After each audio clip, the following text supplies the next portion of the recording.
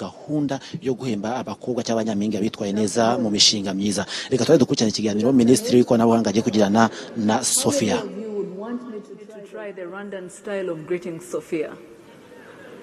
So, by show of hands, I'll try. All right, I think we need to get started. So I'll do it at the end just to make sure we don't. So anyway, hello Sophia, how are you?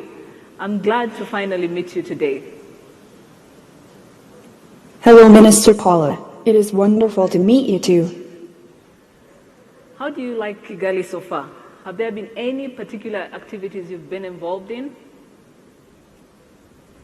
I absolutely love Kigali. Everyone here is so warm and welcoming.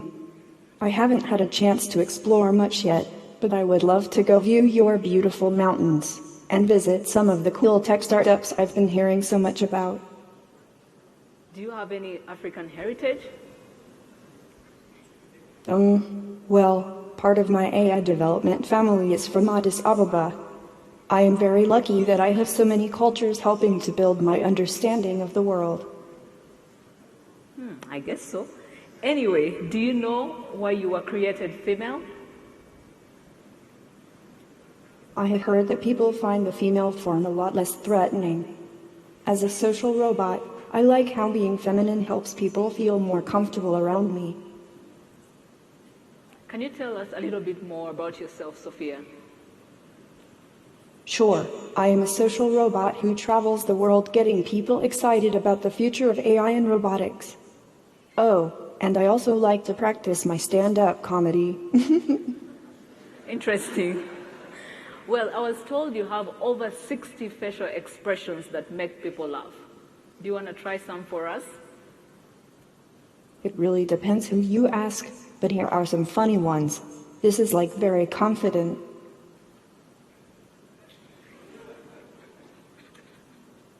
Thank you. Now I am angry.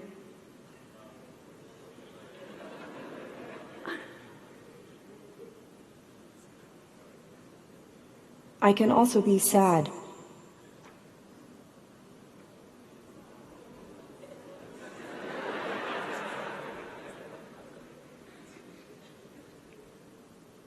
But mostly I am always very surprised.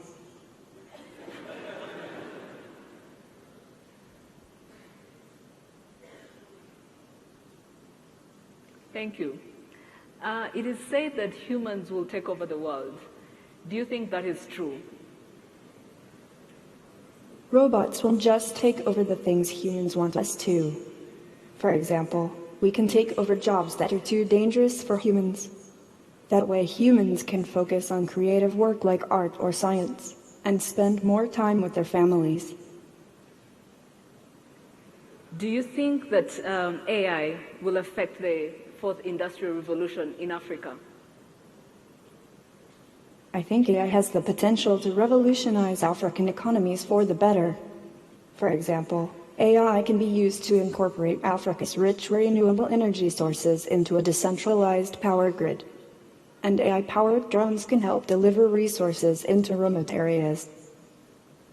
Thank you, Sophia. What do you think is going to be the role of gender inclusion in the digital revolution?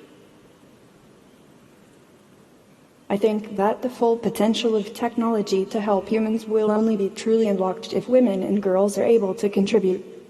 Women's unique experiences and insights lead to some really cool ideas that we definitely don't want to miss out on. Sophia, would you have a message for us today, for the girls and women present here today and those that are watching you today?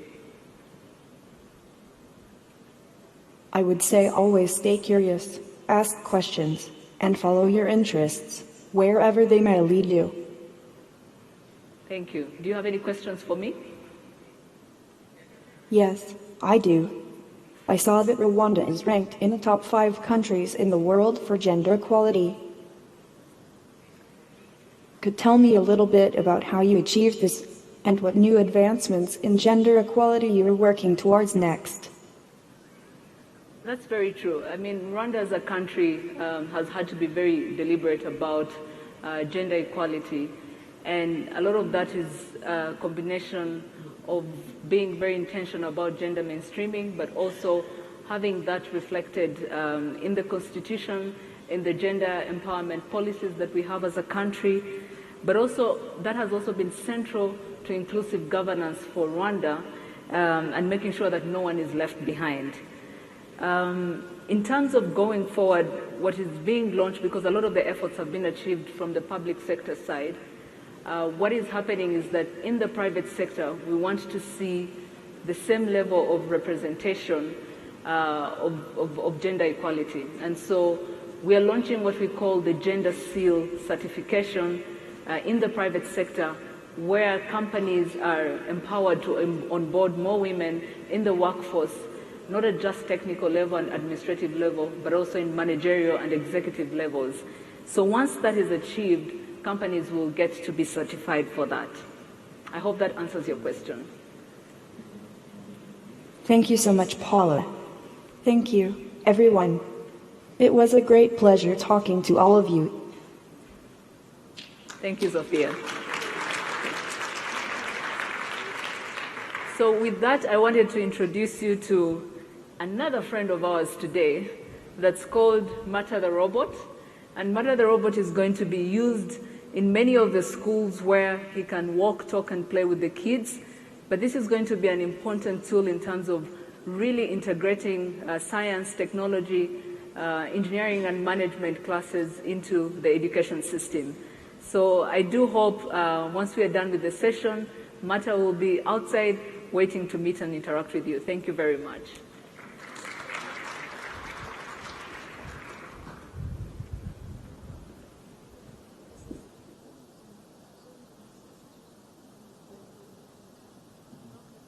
Thank you, Minister Paula. Thank you, Sophia. I think they deserve another round of applause.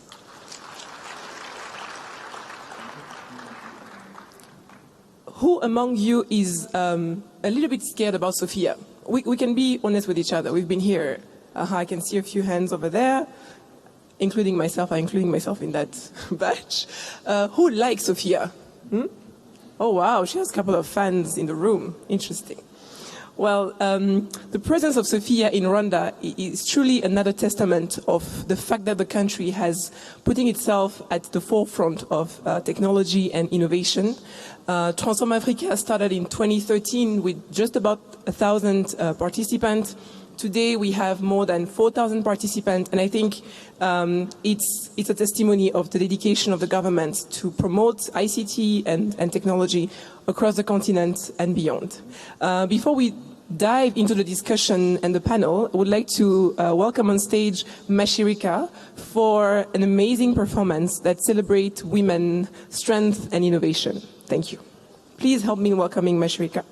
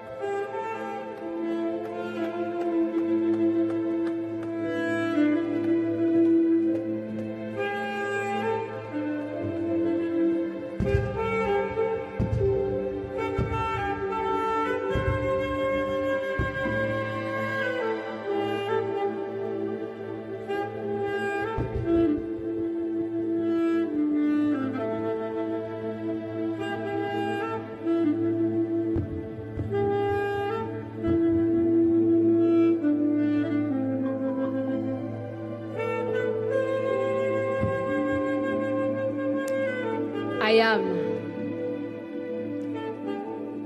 am the woman, mother of civilization, history's prized relic discovered in Ethiopia's Afar region. I am the bending palm tree, the unglorified warrior, product of the sun-beaten biome, a child of the fertile soil that houses the graves of our ancestors. Je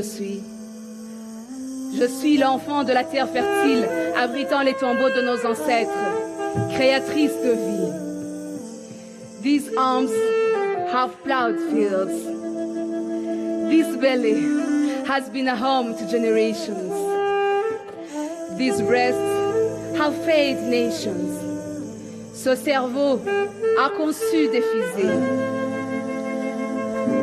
Je suis le visage même de la résilience assise au sommet. I am the face of resilience seated at the top. A true tech woman, influential, splitting corporate cake with world leaders at the banquet of greatness. An intelligent woman who has risen through the drums of life to change the narrative and put historical charlatans to sleep. Rewriting laws, dating checks and changing lives. I carry the portal to futures unseen. I rewrite the injustices foreseen. Tireless in my pursuit, unbroken. Weaving destinies on cords of silk. Effective change with the nib of my pen. Succeeding in the face of gender discrimination.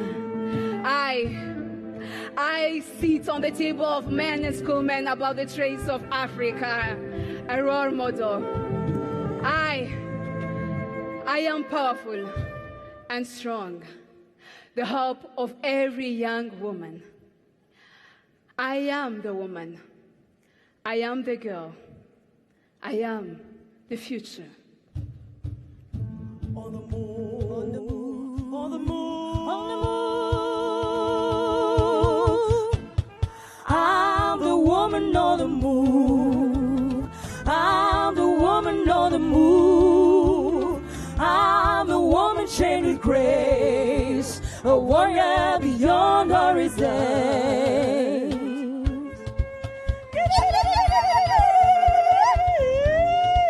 Higher and higher, higher and higher, higher and higher, higher and higher, higher and higher, higher and higher, higher and higher, higher and higher, higher and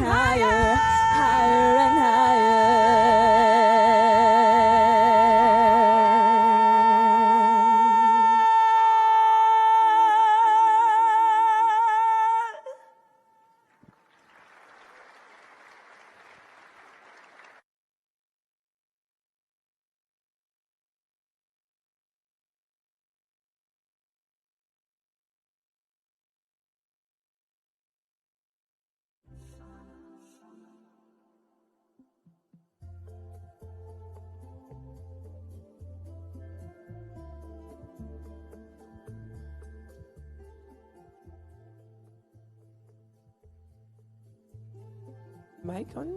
Yes. I did not hear enough clapping for Mashirika. Please help me in congratulating our performers. As they get the stage ready, I think it is important to mention that this year Transform Africa is gathering 107 countries. Looking at last year with 94 countries, this is growth, and we look forward to edition. And over the 40 sessions that took place since Tuesday, topic covered infrastructure and emerging technology, data governance and privacy, interoperability in Africa, and so on and so forth. And as we wrap up today, I believe that the panelists who will be invited on stage in a minute will cover the importance for it at country level, at continent level, but mostly at citizen level. And among those citizens, the role of women and how do we raise our young people, boys and girls, but mostly girls in many of our countries? How do we educate them for them to be active citizens and the shaper of the future of this continent? So without further ado, I would like to welcome the moderator for this session, Mrs. I'll have her name in a second, Nozipo. Please come on stage, and she will be the one introducing all of our panelists. Thank you very much.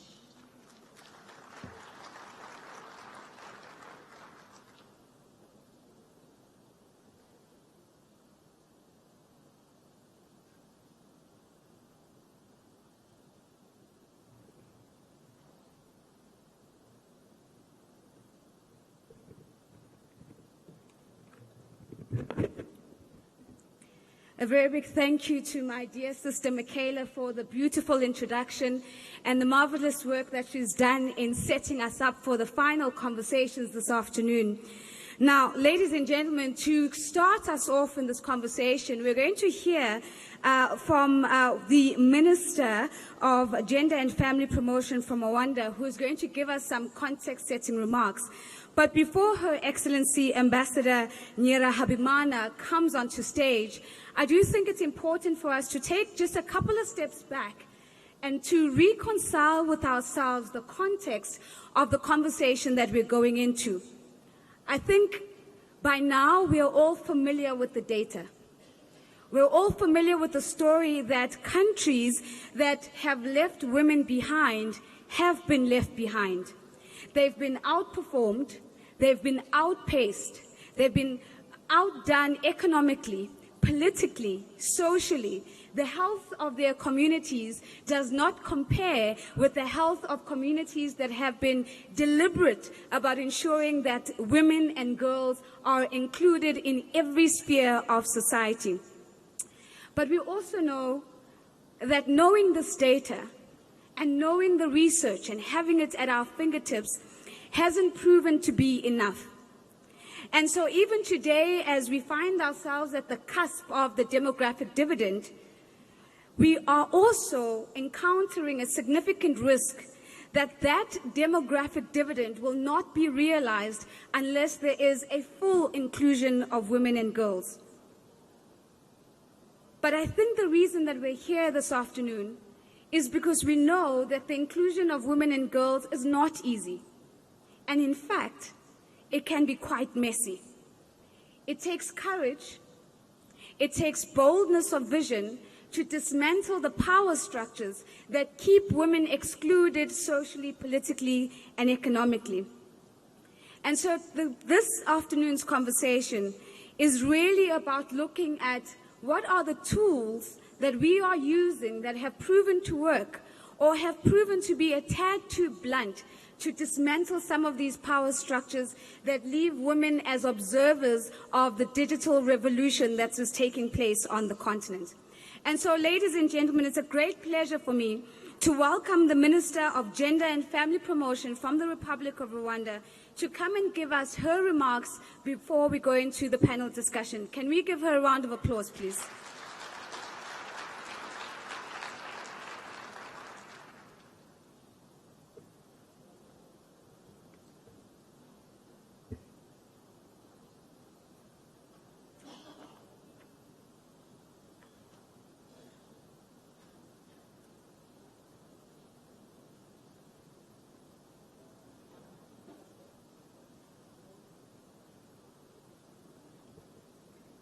Excellencies, ladies and gentlemen, all protocol observed, good afternoon. We are here delighted to have once again Smart Africa Women and Girl event alongside the Transform Africa Summit. I would like to thank the Summit, the Smart Africa Secretariat for organizing this event and for specifically dedicating Women Hub. Through various panel conversations and the Miss Geek Africa competition, the gender digital divide, as well as women and girls' full participation the digital economy, strategies for women digital inclusion are discussed. Excellencies, ladies and gentlemen, indeed, women and girls should be at the forefront of the African digital revolution, keeping in mind that the biggest percentage of the potential African market of 1.2 billion people are female. Unfortunately, across Africa, women face a number of barriers to achieve their full potential, from restrictive cultural practices to discriminatory laws and highly segmented labor markets, to mention a few. Therefore, in order for women and girls to be at the forefront of digital revolution in Africa, we need political will to drive action and implementation of gender-responsive laws, policies, strategies, and practices, thus creating a conducive environment. Like said His Excellency Paul Kagame, the President of the Republic of Rwanda and the Chairman of Smart Africa Alliance, I quote, "Women and men are equal in terms of ability and dignity, and they should be also equal in terms of opportunities. As Rwandans, as a global community, we need every member of our society to use his or her talent to the fullest if you are ever to reach our development goals." End of quote. Excellencies, ladies and gentlemen, as Rwanda strives to be a knowledge-based economy, the digital revolution remains a vital ingredient in transforming the way people work, communicate, network, seek services, learn, and do business. However, the recent state of gender equality in Rwanda, as of March that we published this year, shows that women and girls are lagging behind in ICT, where their representation in the workplace is at 25.5%. The number of women graduating in ICT-related courses stand at 37%, while women in open distance and e-learning are only at 39%. This call for increased effort and non-conventional measures to leapfrog the digital momentum and accelerate gender inclusion at all levels of digital innovations. In this regard, Rwanda is tirelessly working to realize a number of interventions, including the implementation of he for she pledges by our President, His Excellency Paul Kagame, to increase the number of girls in the STEM field and in ICT. And we will also implement the recently adopted the strategy on women empowerment in technology. We will also support the initiatives from our partners, such as She Can Code, and others. We also going to continue to implement and scale up the campaign on women in technology that we started collaboratively together with the Ministry in charge of technology and the Ministry of Gender in March this year. All these initiatives, plus others to come, are there, but still more has to be done. Excellencies, ladies and gentlemen, Rwanda, like everywhere in Africa, technology advancement challenges the status quo in both public and private businesses. And even when the circumstances do not allow, digital technologies can allow building bridges, and women should be there.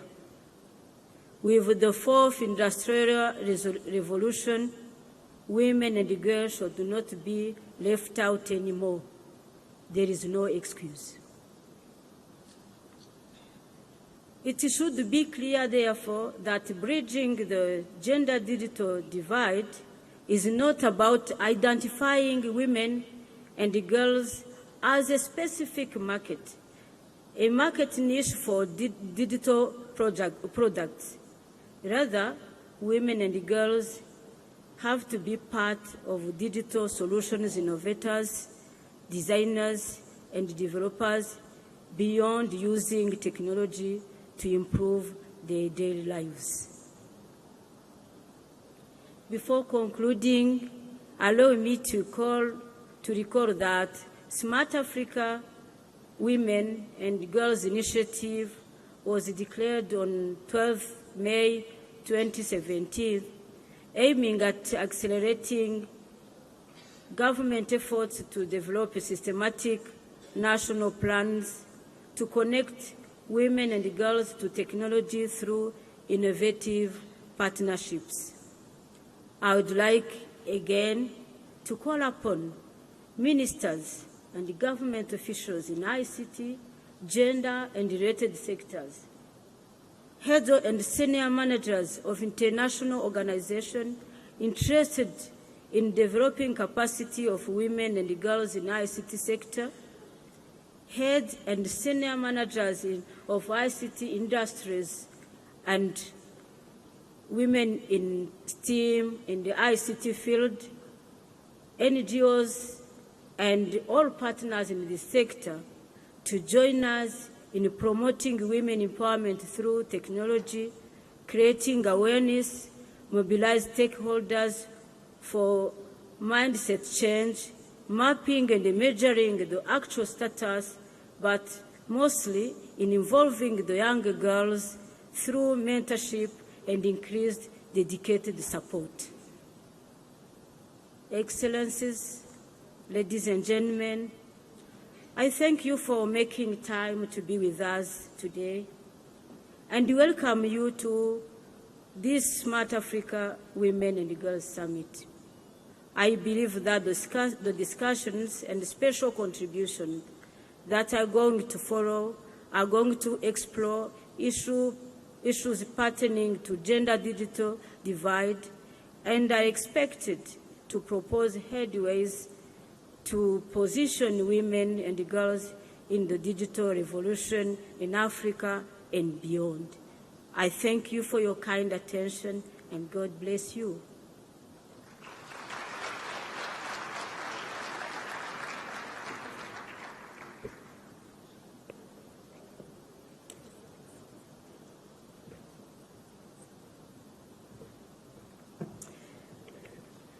Ladies and gentlemen, I've asked Her Excellency Ambassador Soline Nyirahambina, the Minister of Gender and Family Promotion here in Rwanda, to remain on stage with me to ensure that we are able to also have her voice in the conversation that we're about to have. But very clearly, she's set the context for the conversation. She's come out and said, yes, we have seen some progress, but more needs to be done. It is not enough. She has said that business as usual isn't going to cut it. And in fact, we really need to start at looking at unconventional measures that are going to ensure that women and girls are not left behind. And finally, her call to action was very clear. She has says that we need to ensure that we have systematic national planning that ensures that across sectors, across ministries, across businesses, that we're not only working for women and young girls, but we're working with women and young girls. And so for that context, Minister, we thank you very much. Joining us in the conversation and bringing their voices, bringing their insights into this context, it gives me great pleasure to welcome onto the stage Honorable Minister responsible for communications in Ghana, Minister Ursula Owusu Ekufu, to kindly please join us on stage. Minister, we welcome you to in this conversation. And as we can give a round of applause. Thank you very much.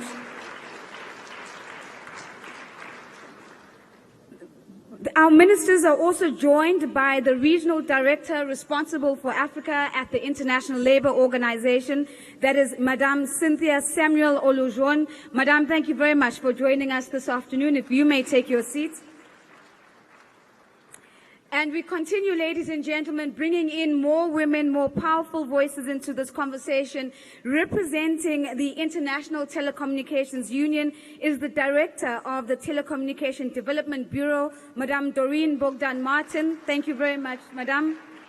And joining us, and certainly last but certainly not least, is Madame Hawadem. She is the Group Secretary General at the Africa Development Solutions, or the ADS Group, and she joins us in this conversation as well. Welcome. Thank you very much, Madame.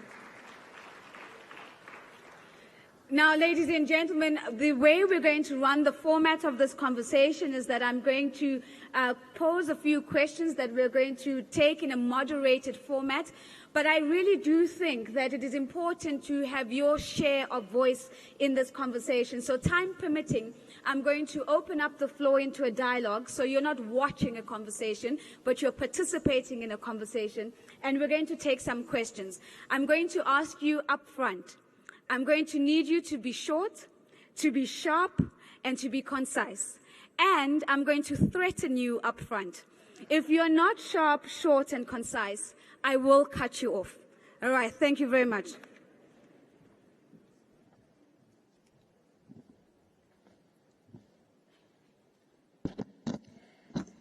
So, Madame, I'm going to start off right off with you on the basis of the conversation or the words of that you've shared with us.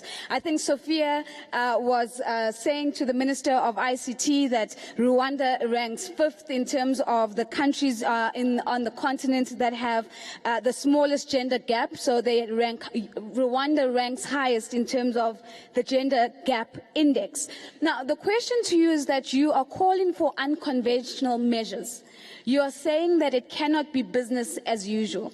And maybe you could share with us this afternoon 3 things that we're going to have to do unconventionally. Because for the most part, I think you'll agree that we've been tinkering at the edges, not only in Rwanda, but in other parts of the continent. And we're saying we need to do more. And you're saying that we need to do more. What do we need to do unconventionally?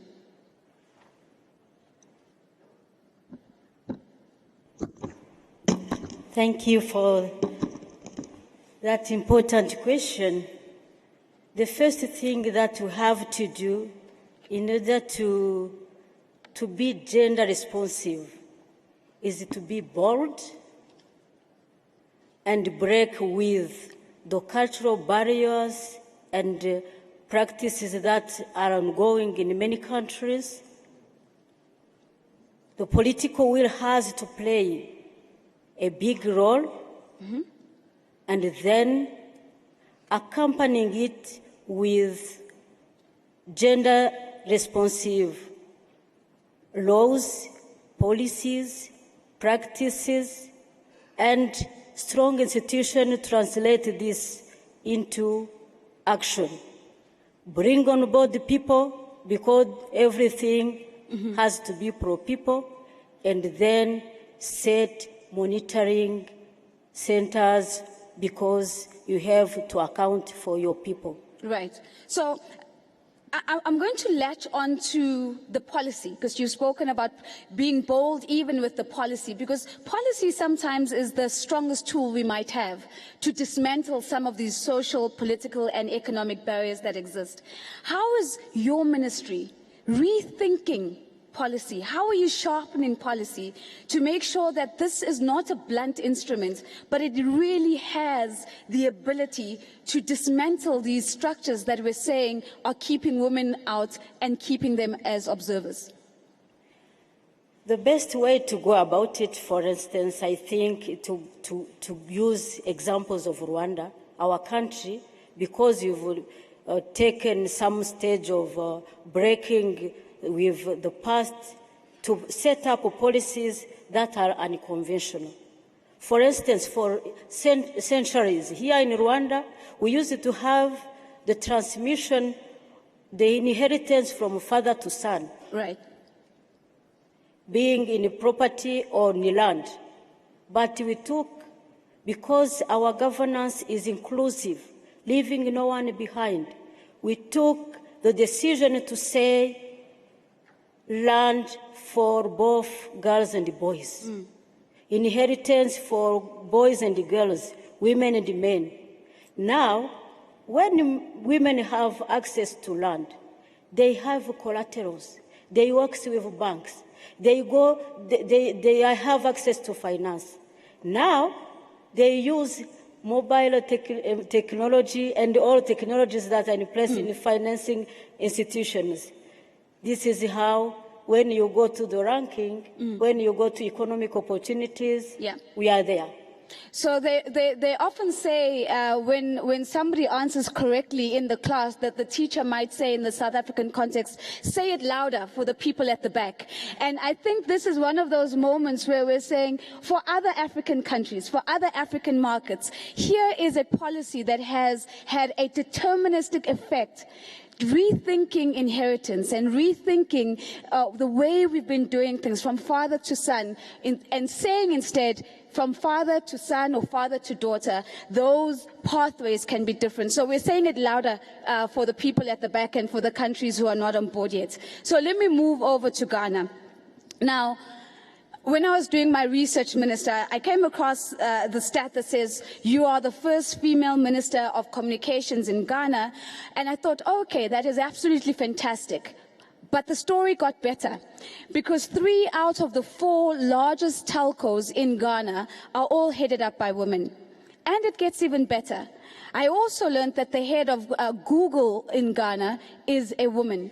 So the question I have is this luck? Or has there been a deliberate attempt, especially in this particular sector, to make sure that as we talk about digitizing the country and the continent, and doing it with women included, that women are at the forefront of these institutions? Thank you, and it's a pleasure to be here again. Actually, 15 years ago, I was the first female CEO of a telecoms company in Ghana, and today there's only one male CEO of the telecoms companies in Ghana. And I also happen to head the Ministry of Communications in Ghana as well. But it always excites me, and like you, I was asking myself when I met the telecoms chamber and realized that, as minister, and realized there was only one man in the room, that, did it just happen? But then I was informed that even within the telecoms companies in the country, many of their engineers are women. And it is not the majority, but many of their engineers are women. And the chief technical officers, and a few of them are also women, particularly Vodafone, and I believe even Airtel Tigo. And I did ask that, how did it happen? And they said, yeah, well, they're the best workers we have. And they work for long hours without complaining, unlike the men. So I think they're kind of taking advantage of us a little bit. But it is what happens when there are deliberate policies to encourage science, technology, engineering, and maths and education, STEM education for women.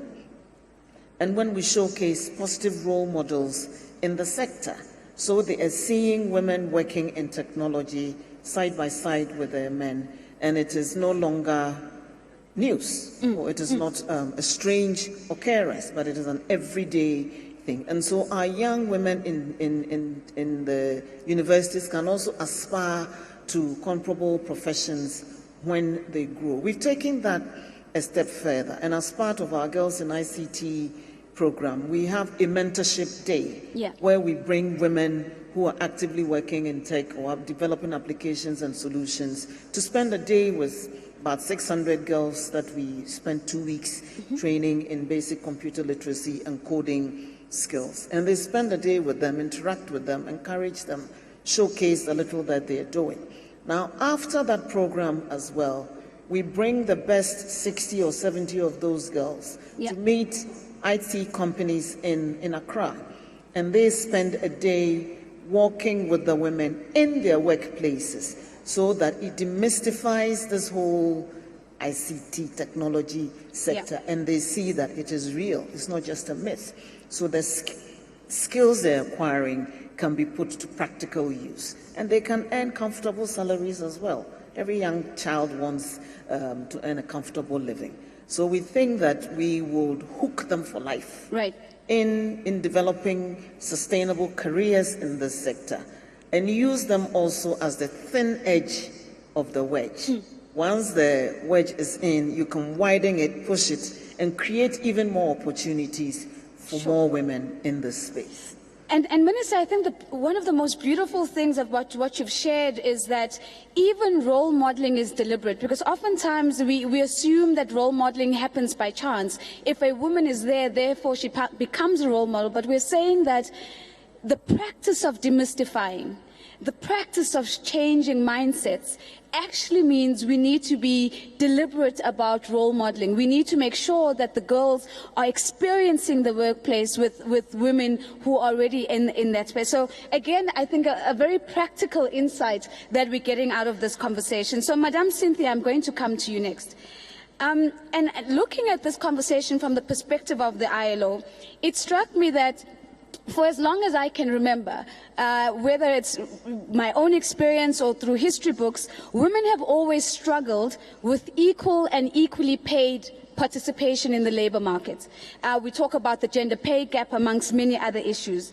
Now, as we begin to really push for a digitized continent and digital economies, how are we making sure that we are not creating the space for new inequalities to emerge, and inequalities that women are going to have to bear the brunt of? Thank you very much, Noziko.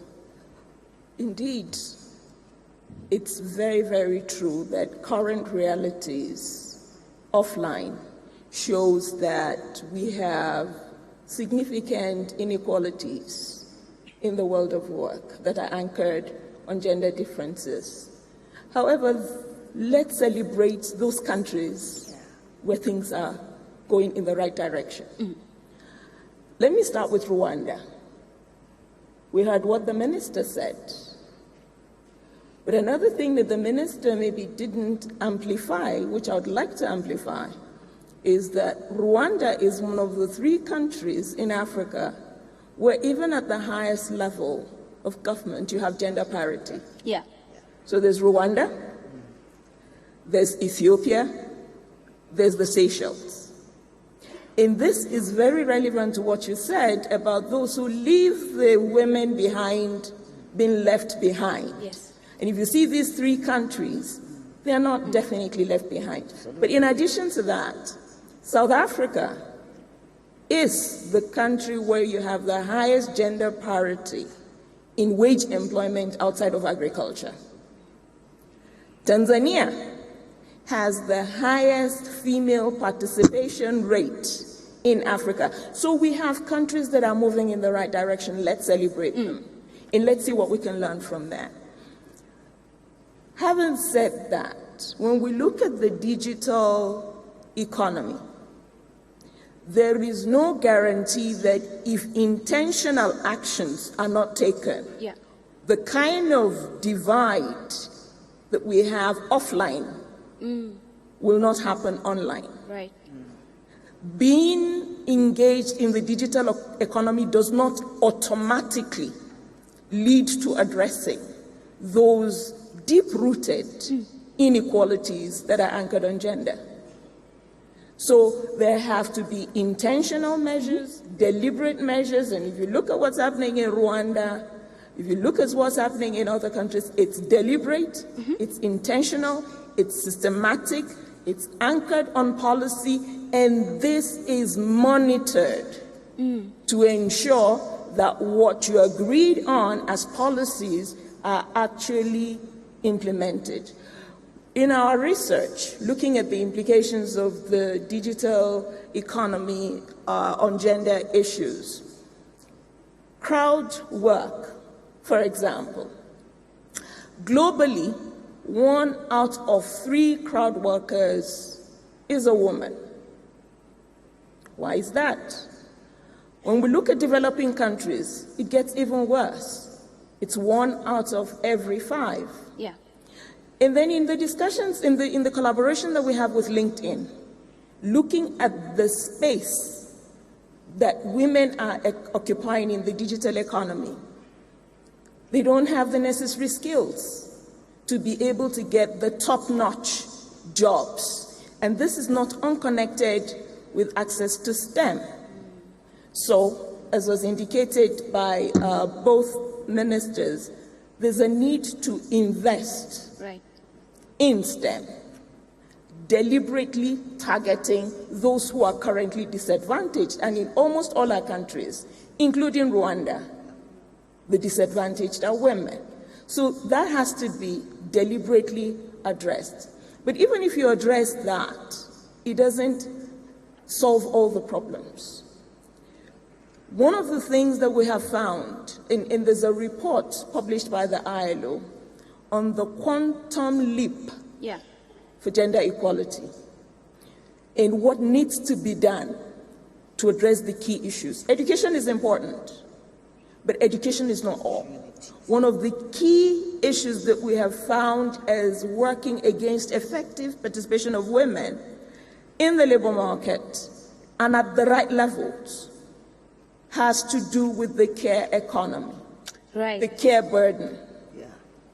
In all countries, the care burden still disproportionately rests on women, affecting access to the world of work, but also participation and climbing the ladder in the world of work.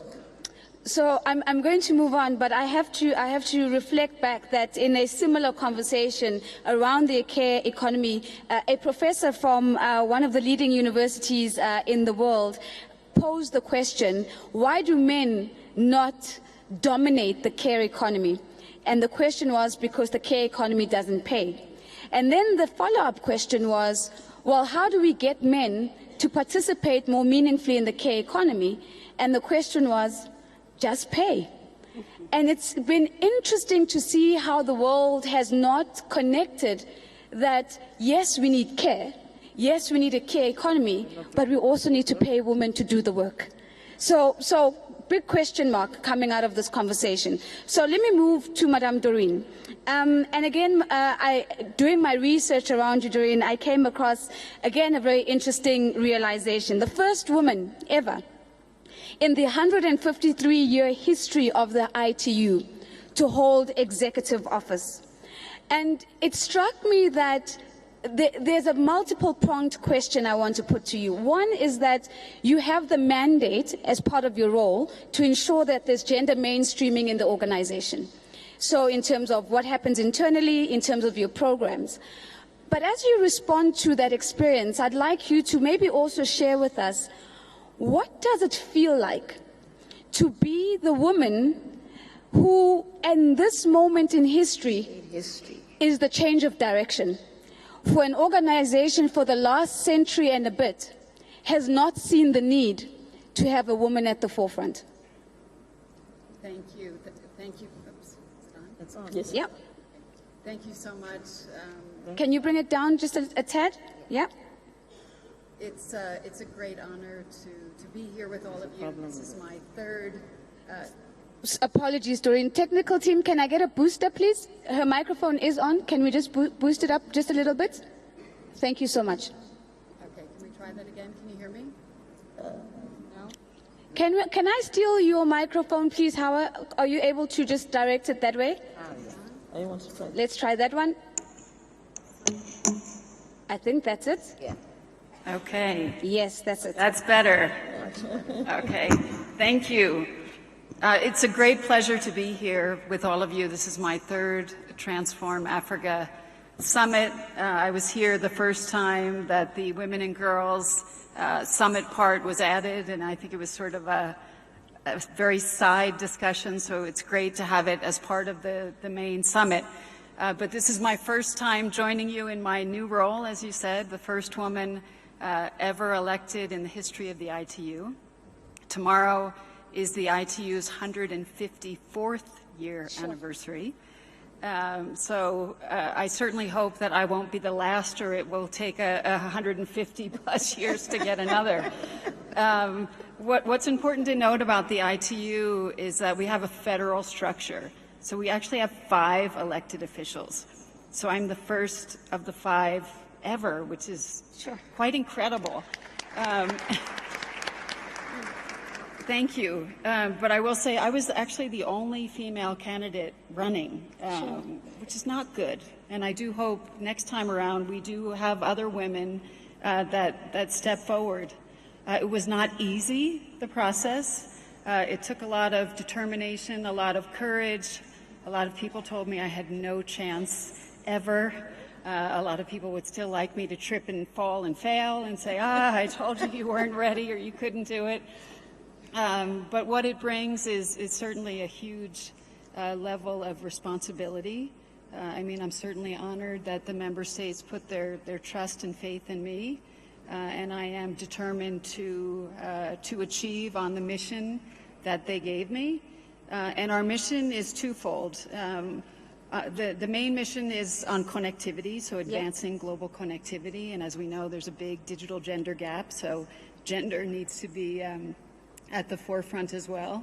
And as you rightly mentioned, I also lead our gender mainstreaming efforts internally, which is something I took up in my previous position, where I was the first woman ever to reach the top of civil service. And I was in that position for 11 years, and no one came after that. So we have a lot of work to do in the ITU, and I'm inspired by the Minister of Rwanda, Ghana, and my friend Cynthia from the ILO, because there's so much more that we could be doing. We are tracking, and I think that's important, because when you put the metrics and the numbers out there, when you can measure, things start to move and change.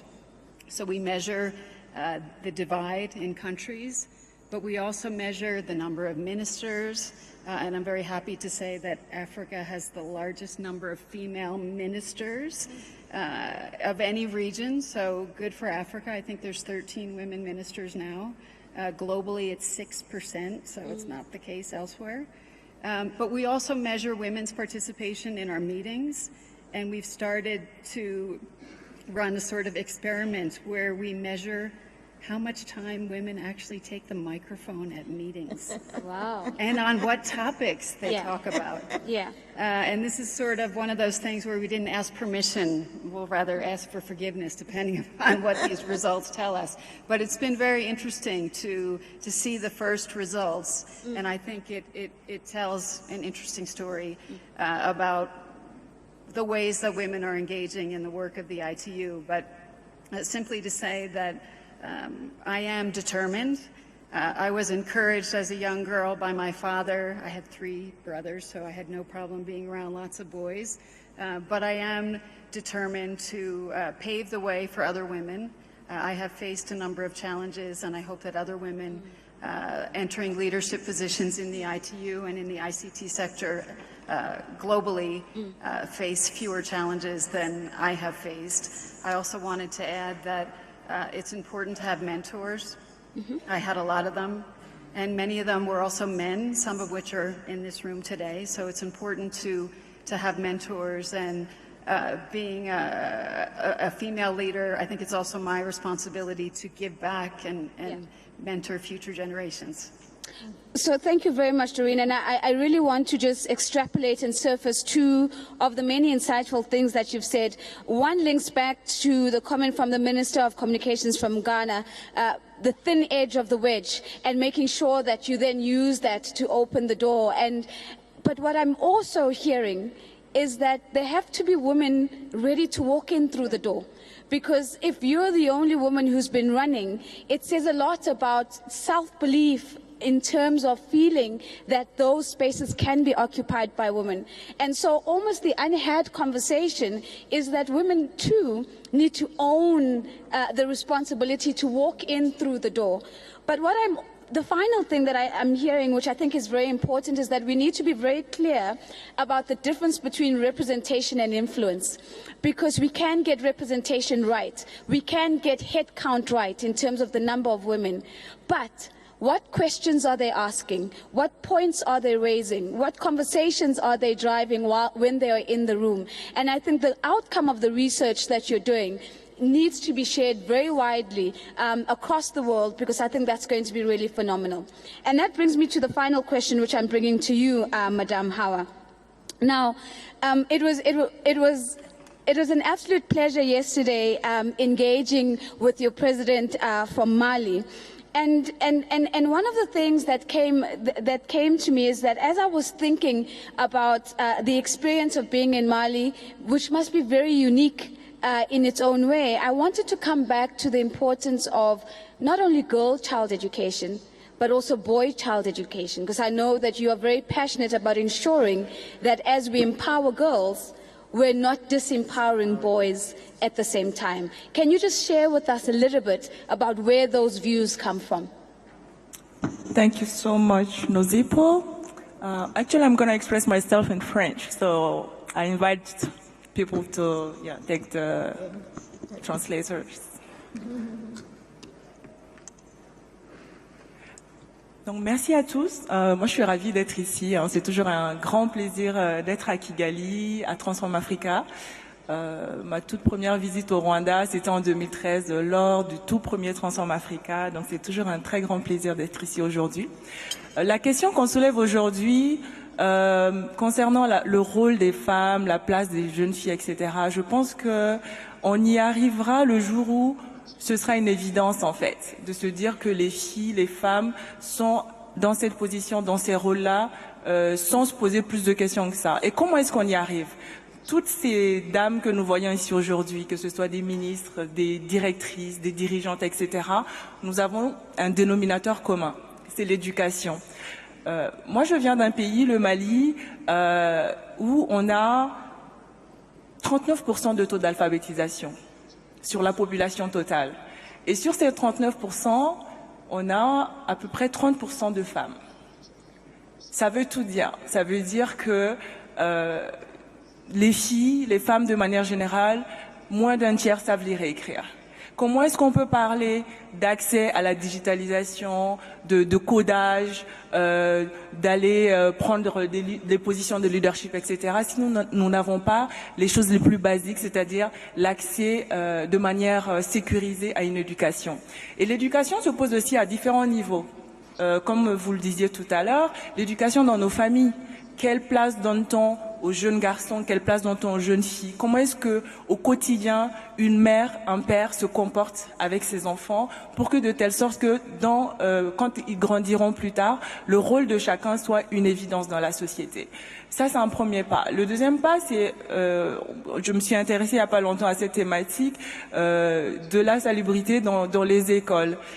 On parle d'écoles, on construit des écoles, on veut des grands chiffres, etc. Mais je me suis rendu compte que dans beaucoup d'écoles, il n'y a pas le basique, c'est-à-dire des toilettes. Pour des jeunes filles, en période de menstru, on s'est rendu compte que la majorité d'entre elles abandonnaient l'école parce qu'elles n'avaient pas un endroit pour aller changer leurs serviettes hygiéniques. Comment est-ce qu'on peut parler de digitalisation, d'accès à tous ces grands postes à responsabilité, etc., si nous ne leur assurons pas ce minimum? C'est-à-dire pour un garçon, c'est très simple, hein, il a envie de faire ses besoins, il se met au coin, sur un mur, ça passe. Mais pour une fille, voilà, ça touche à notre dignité, ça touche à beaucoup de choses. Ce sont beaucoup de questions qui se soulèvent aujourd'hui et quand je reviens au terrain, on va dire au-delà des grandes politiques qu'on peut mettre en place au niveau des États, je me rends compte que oui, on a beaucoup de choses qui se font. Nous avons des startups aujourd'hui. Hier, j'ai rencontré Miss Geek Mali. C'était une grande fierté parce que vu le pays d'où on vient et toutes les questions qui se posent, voir une jeune fille qui a eu la chance d'accéder à l'éducation, de pouvoir coder, de venir concourir ici au Rwanda et d'arriver jusqu'à la 6e position, c'est une grande fierté. C'est dire aussi que on a des choses qui se font sur le terrain. Les États ont des responsabilités d'encourager ces jeunes startups et ces structures qui font cela. Mais au-delà des villes, nous avons aussi nos zones rurales. Nous avons tous ces enfants, tous ces jeunes-là qui vivent dans ces endroits-là, et il y a beaucoup de défis à relever. Ce n'est pas seulement les gouvernements, les dirigeants, etc., mais on a aussi ce défi sociétal. C'est-à-dire comment est-ce qu'on revient à notre façon, je ne veux pas dire traditionnelle, mais comment est-ce qu'on relie ce rôle des femmes, des filles dans la structure, qu'elles ne soient pas uniquement là pour être des futures épouses et des futures mamans, mais qu'on leur donne pleinement leur rôle et leur capacité dans la société, et qu'on leur, non seulement à elles, mais également aux garçons, aux hommes, que ce soit une évidence qu'elles ont le pouvoir d'assumer les rôles et les responsabilités auxquelles elles peuvent aspirer.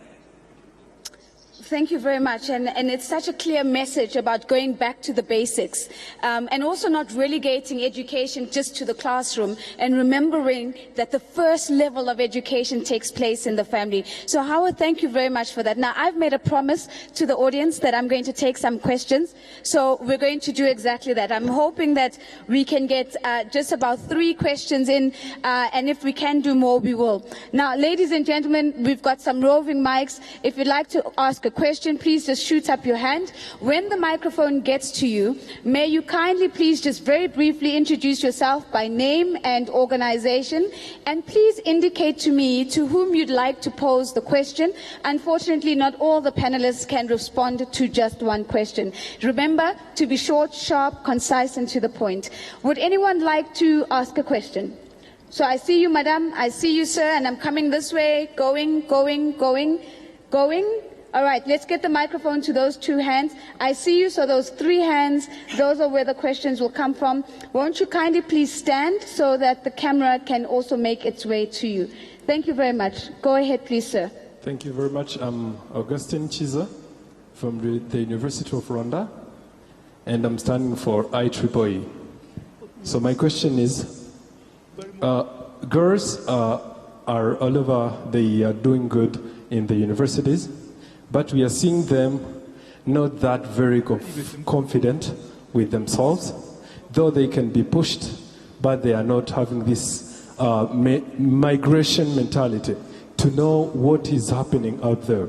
So how long will we keep this waiting for them to put things on table? So what can we do so that they can have this migration mentality to be active on knowing what is happening in the world? Thank you.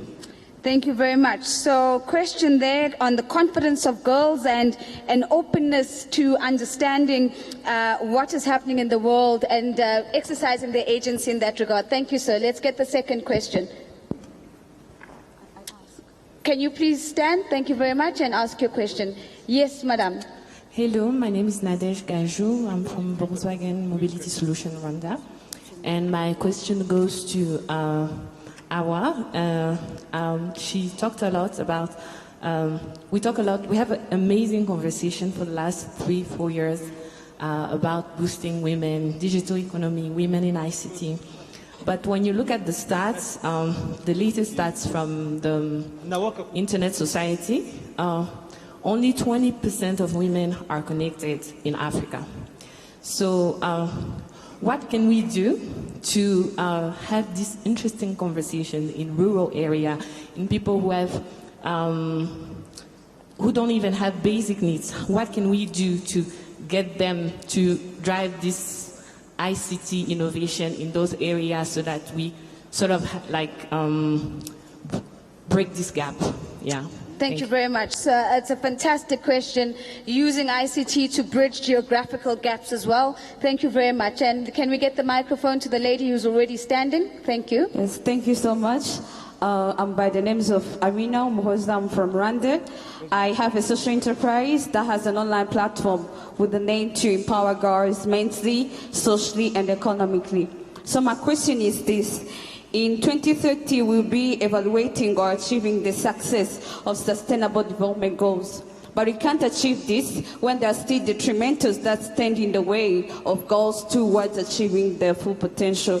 So do you think that we'll be able to achieve the CDGs when some of our African countries don't have policies and systems that allow women themselves to create the solutions that work for them without the government or or innovating those solutions and implementing them without involving them in the initial phase. And my question goes to Cynthia Samuel. Thank you. I missed who the question is going to. Cynthia. Oh, okay, Madam Cynthia, thank you very much. So it's reflecting forwards to the Sustainable Development Goals and saying, well, if we don't have policies in place and we're not creating the space for non-government participation, are we really likely to hit those targets? And maybe I would like to start with the first question. This is a question around confidence and the question around women or young girls not always looking up. And I'm going to take the liberty of actually opening up the question a little bit. I'm going to bring it to you first, Doreen, and maybe, Madam, we can also get your voices in on that question. And the reason I'm bringing it to you, Doreen, is that I would assume that somewhere in your own personal journey, you had to look up and realize that the world was bigger than what the world was telling you was possible for you. So how do you respond to this young gentleman?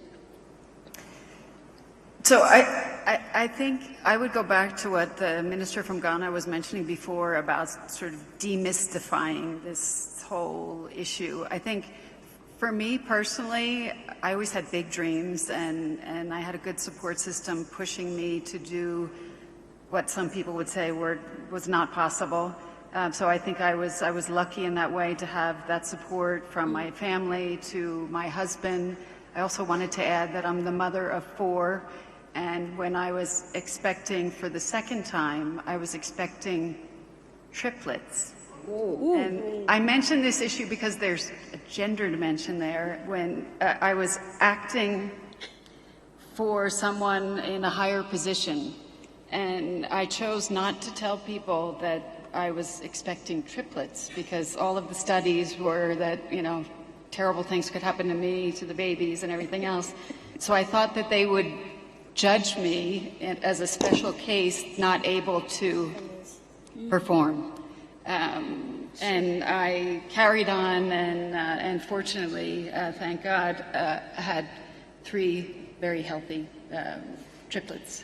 And I had 4 children under the age of 2 and went back to work when they were 9 months old. And I had a very supportive boss who's here in the room. And I was able to advance, but it was really difficult. And I just want to say this because for the young girls in the room, sometimes when we talk about STEM and it's not interesting in university, I myself, I'm a STEM dropout. I was a chemistry major for 2 years. And I went through all the things that young girls go through now, and I decided it wasn't for me. I got out of STEM and then fortunately got back into it in my master's program. But you can be a spouse, a mother, a professional, and a leader. It's not easy, but you can. And we're all here, I think, to support each other and learn from each other. It is possible. And I think parents have a big role to play in encouraging their children and their daughters in university and beyond. I think governments, the tech sector, we all have a role to encourage the future pipeline of women in tech. Minister, you're scribbling quite a lot of notes as Doreen is speaking, and I can't see thus far, but I would love for you to share, because I think what she has shared with us underlies the significance of the ministry that you're leading, gender and family promotion, because she speaks about the structures that have enabled her to see the world as the gentleman was challenging other young girls to see the world. I'm keen to hear, what are your thoughts as you hear her response and you listen to that question?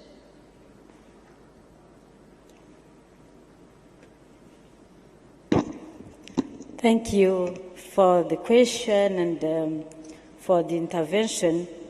It's true, it can be challenging to manage all of these responsibilities. Some are at the tribune, others behind the scene, but it is possible, it is feasible, and we have some successful stories also that we can emulate.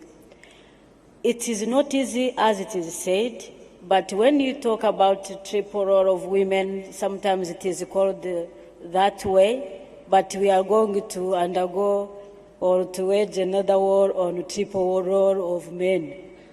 Because the complicating issue comes in when this unpaid care work is not taken care of by both parents or spouses or people in the household. Because in the context of Africa, unlike other places, we have sometimes many residents in the household. So to manage this, we have actually to share responsibilities, but also at the government level to set up some policies that come easing the work, being kind of coping mechanisms. Right. The example that I can give is, for instance, in the age that we are now entering, encouraging the ECD, the centers that take care of young children, so that you leave your kid there, you are safe, you know that you at the break time, you are going to go down in some place that is in the building and take care or breastfeed your kid. So we are going to promote, for instance, ECDs at the workplace, being in the ministries and in the private sector. I saw a representative here, so that women can work, and deliver babies without any hindrance. Deliver in the boardroom and deliver at home, right? That is absolutely fantastic. How I'm going to come to you next, because I think the second question was posed to you, and I thought it was a very powerful question. The statistic that was given is that in Africa in general, only 20% of women are connected. So as we talk about women, are we also not making the mistake of just focusing on urban women? What about the women in the rural areas? Could we potentially be leaving them behind by not focusing the conversation on them as well? Your thoughts? Yeah. Maybe just before I decided to speak French today. So. Peut-être juste avant de répondre à la question, j'aimerais quand même revenir à la question précédente. Moi, j'ai 35 ans et je suis sur un panel aujourd'hui, je suis entourée de mes aînés. Et j'ai envie de dire, qu'est-ce qui m'a encouragée, poussée aujourd'hui, enfin, depuis ma tendre enfance jusqu'à aujourd'hui, à pouvoir prendre la parole et à pouvoir m'ouvrir et à être moins timide? C'est parce que j'avais des rôles modèles autour de moi. C'est parce que j'avais des personnes qui m'inspiraient autour de moi. Et je pense que c'est important. Nous qui sommes aujourd'hui à ce niveau-là, comme disait Madame la ministre tout à l'heure, de rendre, c'est-à-dire donner la possibilité à ces jeunes filles de s'exposer à des modèles, à des personnes comme nous, auxquelles elles peuvent aspirer. C'est-à-dire leur montrer qu'effectivement c'est possible en allant à leur contact. Par exemple, nous, on fait beaucoup de mentorship.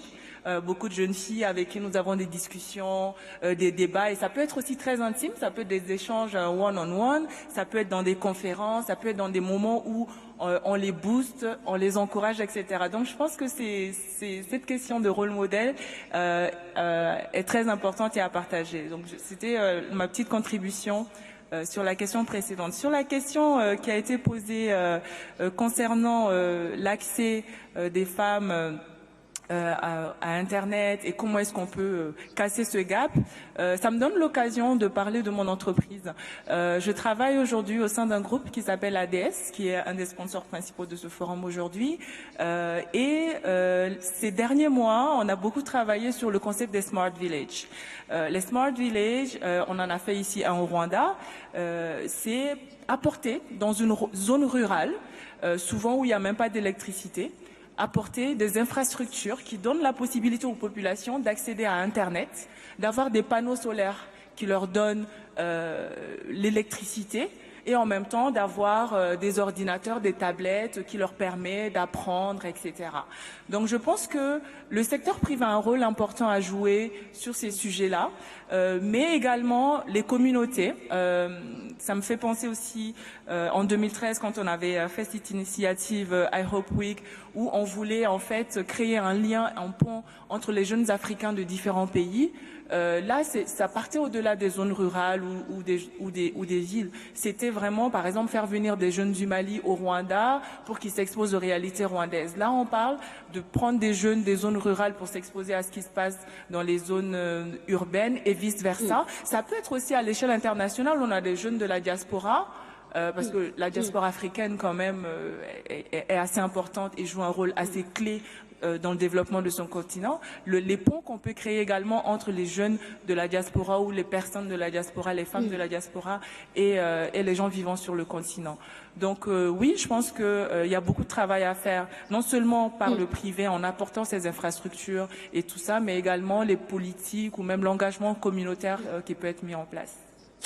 Thank you very much. So again, the private sector almost underlying those bridges of ensuring that inclusion is not an urban story. Madam Cynthia, I want to get to you with the final question, but I'd like to just very quickly come to the Minister of Ghana. The experience of Ghana of making sure that rural women and girls in rural areas are not left behind. Very quickly, what has your experience been like? We assume that because they're rural women, they're untrainable. It's false. And just using mobile money as an example, once they're introduced to it, they just lap it up and use it, and even showcase many innovative ways in which it can be used. So we do need to create opportunities to give them basic computer literacy skills and let them understand how it can enhance whatever work they are doing. And it starts by providing connectivity to their places, or providing connected spaces within their localities, either the post offices, community information centers, little kiosks that are solar powered with connectivity, something.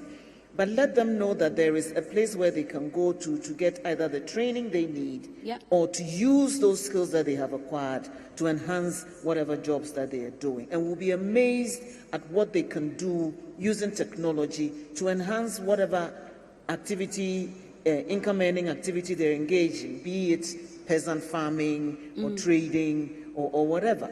So it is incumbent on governments to provide that access to them and give them the skills that they need to be able to access the tools that we're putting at their disposal. And it sounds like this is where the opportunities for quantum leaps might actually come through. So, Madam Cynthia, I'm going to come to you with the final question from Amina, just around your confidence on African countries' abilities to hit the Sustainable Development Goals, especially with regards to creating the space for non-government actors to also participate in the journey towards those goals. What are your thoughts? Thank you very much. Before I answer that question, just to address some of the issues raised earlier. Go ahead. On how is it that we can actually facilitate broader vision by young African women. I mean, they've talked about it. Deliberate, systematic mentoring. Absolutely. I mean, it can't be left to chance. It can't be ad hoc. We've seen significant change in the orientation of young women when there's a measure in place to deliberately mentor them, systematically do it, and have clear goals within clear timelines. That needs to be done, and it has to be done at different levels. Now, on the issue that was raised by Doreen in terms of the threats that she felt in the world of work as a woman, having to give birth, nurture. Those are significant issues that are not personal and should not be seen as personal. The International Labour Organization has standards that are ratified by member states around those issues. I'll mention three. There's the one on maternity protection. And I link this with the instrument on workers with family responsibilities, which makes it an obligation of state and employers to promote an environment that will enable a woman who is pregnant, or a woman or a man who has parental responsibilities to be able to handle both without having to give way on one. I mean, that's quite important. Many of our member states in Africa have ratified them, but we need to support them to implement. Two other key conventions, Convention 100 That's in terms of equal pay for work of equal value. Key. And this is not just in Africa alone. You've seen a lot of the issues coming up about unequal pay for work of equal value, even in the media. Coming up. This has to be tackled, and it's not just policies, it's making sure that those policies are implemented. Now, how do we ensure that we we support the continent to be able to deliver on the SDGs? There's no way Africa can deliver on the SDGs if it leaves women behind. It will not happen. There's no way that we will eradicate poverty in Africa if we do not address the issue of women. I'll put two areas that we need to focus on. When you look at the statistics in Africa, a lot of the work in the informal economy is disproportionately handled by women. And so one way of making a significant leap in Africa is for there to be a move from lip service to addressing the informal economy to actually prioritizing the informal economy to be formalized. You cannot have decent jobs. You cannot have a decent life by staying in the informal economy. 95%, and I repeat that, 95% of Africa's young people are operating in the informal economy, and most of them are women. So this is one huge thing within Africa that if we really address it, and I know that in countries like Rwanda, in countries like Cape Verde, there's a systematic attempt made to address this. Right. But it has to move from lip service to real engagement. A second area, and that has already been brought by some of the panelists, the rural economy, agriculture. And these have potentials for the digital instruments to be used to galvanize and make a change. We can no longer have our rural areas as bedrocks of poverty and misery. They have the potential to become centers of wealth creation, not poverty alleviation, wealth creation. But we have to do this in a systematic and strategic way. Let me end by saying that we have a collaboration with the ITU, and we're working closely with the Youth Division of the African Union to see how we can use the opportunities provided by the digital economy to create decent work for Africa's young women and men, with an emphasis on the women through an integrated intervention model. So we're not just providing skills, we're looking at demand, but we're also looking at intermediation. This is one of the ways that we can tackle the digital economy dimension of the challenges we have in women's participation.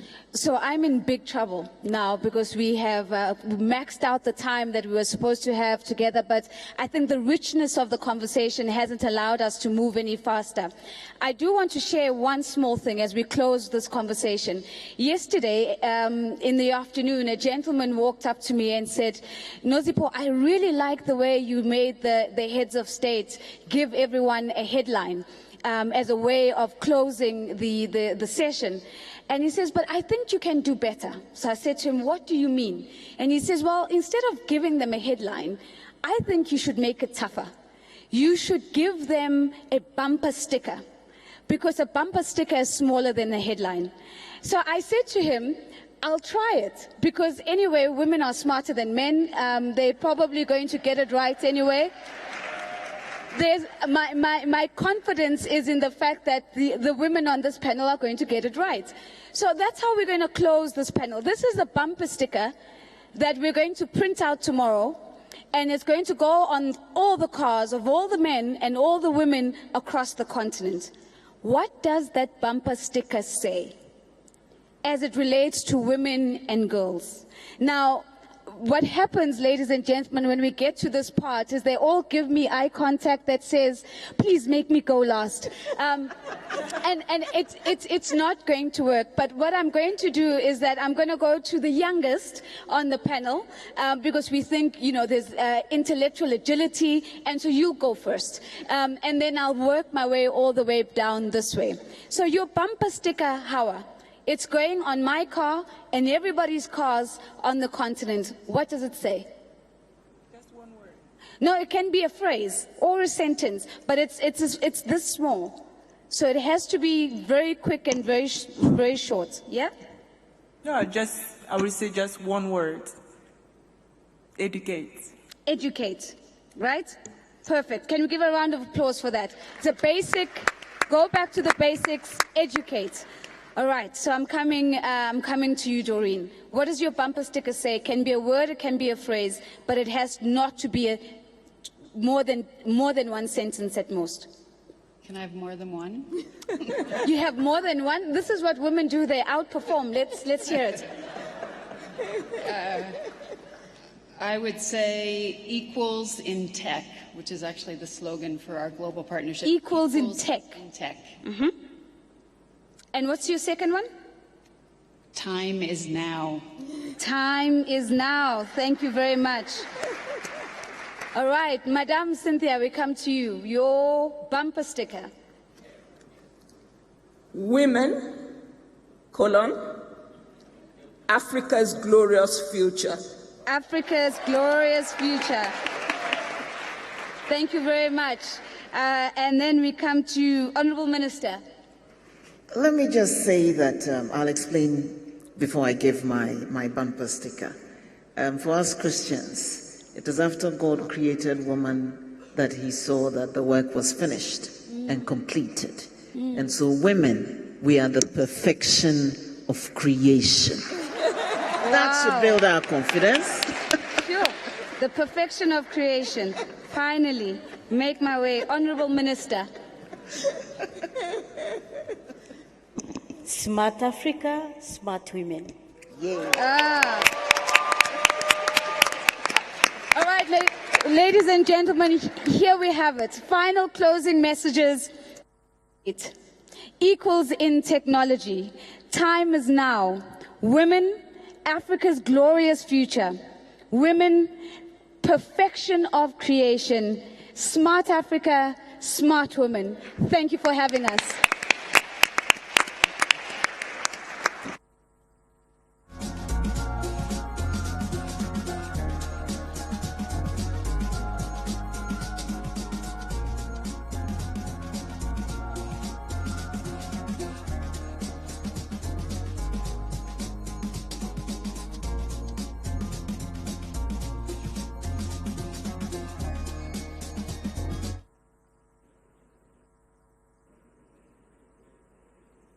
I haven't put mine. Good. As the panelists exit the stage, please help me in congratulate them one more time. I think it ended on a truly high note. Smart Africa, smart women, perfect creation, educate, but at the heart of it all, it's being human and treating each and everyone with rights and in an equal manner. As we move into the next stage of this event, I would like to welcome Professor Gloria, who is the chairperson of the IEE Africa Council, for her short remarks, and then we will move into the Miss Geek ceremony. So Professor Gloria, if you could please make your way to the stage, you are welcome. Thank you.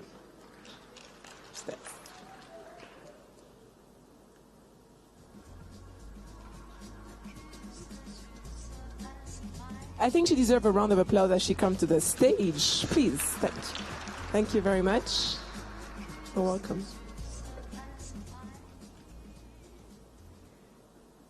Your Excellencies, honorable ministers here present, Honorable Minister for ICT and Innovation for Rwanda, Honorable Minister for ICT and Innovations, Ghana, Honorable Minister for Women and Gender, Rwanda, distinguished ladies and gentlemen, good afternoon.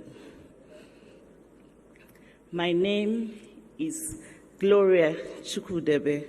I'm a professor of electronic engineering.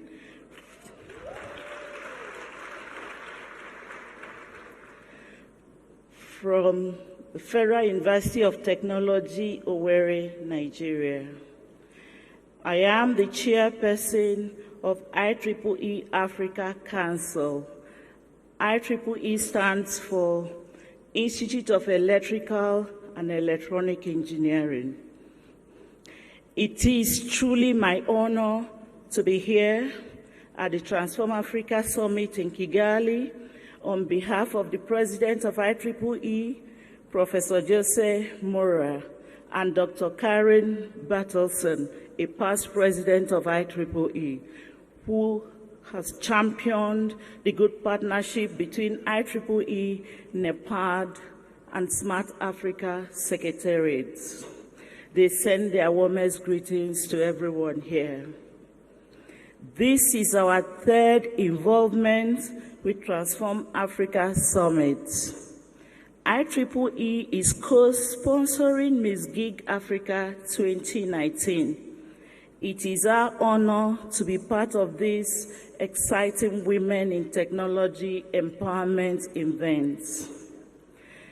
IEEE is the world's largest technical professional organization dedicated to advancing technology for humanity. We have over 420,000 members in more than 160 countries of the world. Our focus is on advancing electro technologies, electronics, power engineering, automation, computer engineering, computer science, and other related technologies. We have played this role since 1884, when IEEE was founded. With me here today is Engineer Vincent Kabunga from Uganda. Please stand up for recognition. Kamu Ngui from Kenya, stand up. Dr. Habib Kamon from Tunisia, and all the IEEE volunteers who have been helping us with the booths. Thank you very much. Ladies and gentlemen, the mission of Girls in ICT and Ms. Gig Africa competition to promote technology education for girls align with IEEE Global Agenda for Women in Science and Engineering. I'm delighted to note that the Global IEEE Women in Engineering, we call it WE today, connects over 20,000 members in over 100 countries. And their mission is to advance women in science and technology at all points in their life and career. We endeavors to support and grow the professions of women in STEM. Our members, half of whom are outside of the United States, are a diverse international community with technology professionals of every race, every creed, and every color. All are welcome and all are respected regardless of nationality, ethnicity, religion, or gender. In we also have men as members. And all are contributing in countless ways to move technology forward across the spectrum of fields of interest. Here in Africa, we have about 8,000 IEEE members across the continent. It is therefore IEEE's delight to partner with you as you scale up this competition across Africa. The participants in Ms. Gig's Africa competition have have something that scientists and engineers in IEEE share in common: the yearning to make a difference through technology. The IEEE has therefore approved express full membership to be granted to all 10 competitors in Miss Gig Africa to offer them access to high-standard technical resources for advancing their technology and engineering pursuits. In addition, the top members in the Miss Gig Africa competition today will be granted express full technical membership of an IEEE society in their areas of study. The overall winner will be sponsored by IEEE to attend one of the signature conferences in any part of the world. IEEE additionally will nurture all of you through the IEEE Women in Engineering.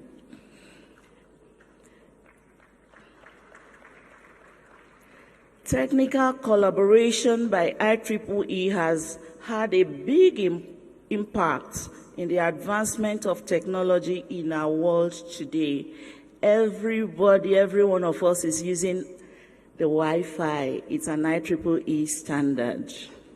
Every day, for instance, nearly 300,000 downloads of technical information is made out of our IEEE Explore Digital Library by researchers from government institutions, private corporations, universities, polytechnics, and individuals all around the world.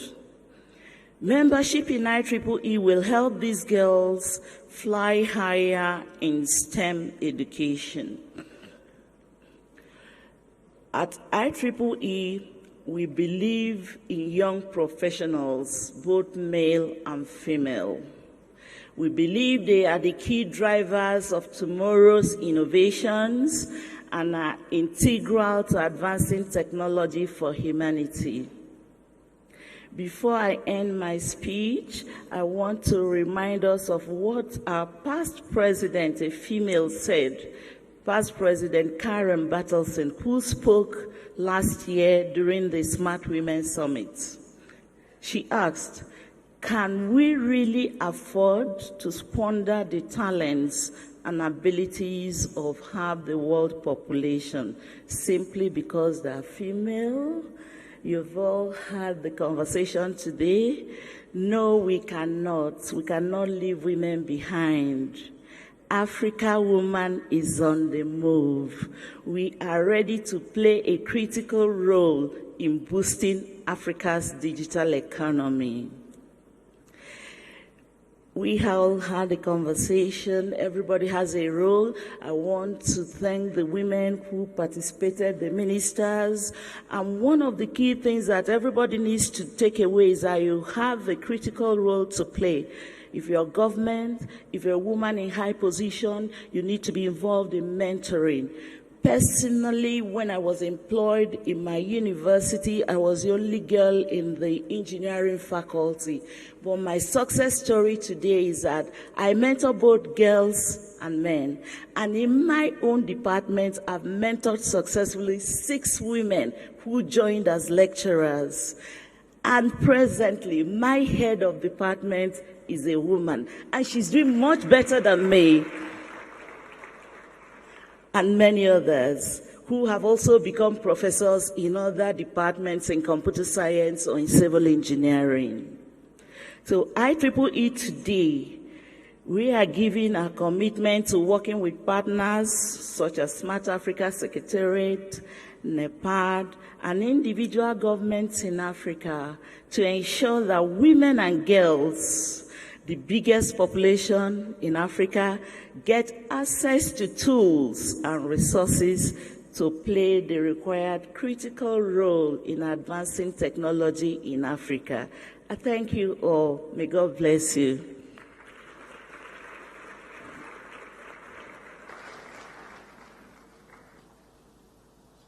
Thank you very much, Professor. Without further ado, I would like to welcome Lucy Mbabazi for the award ceremony of Miss Cake. Please help me in welcoming Mrs. Mbabazi. Thanks. Yes.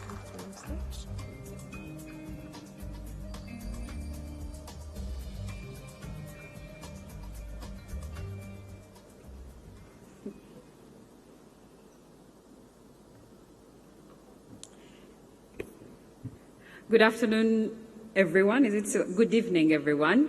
Thank you for staying with us for this ceremony. My name is Lucy Mbabazi. I am the president of Girls in ICT Rwanda, the organizers of Miss Geek Africa 2019. Before I start, I would like to thank our partners. We would not do this without Smart Africa, who have been with us for the last 3 years running Miss Geek Africa, the government of Rwanda, particularly Ministry of ICT and the Ministry of Youth, as well as Imbuto Foundation. We also would like to thank our sponsors, especially IEEE, who have made it possible for us to run this competition at Smart Africa this year.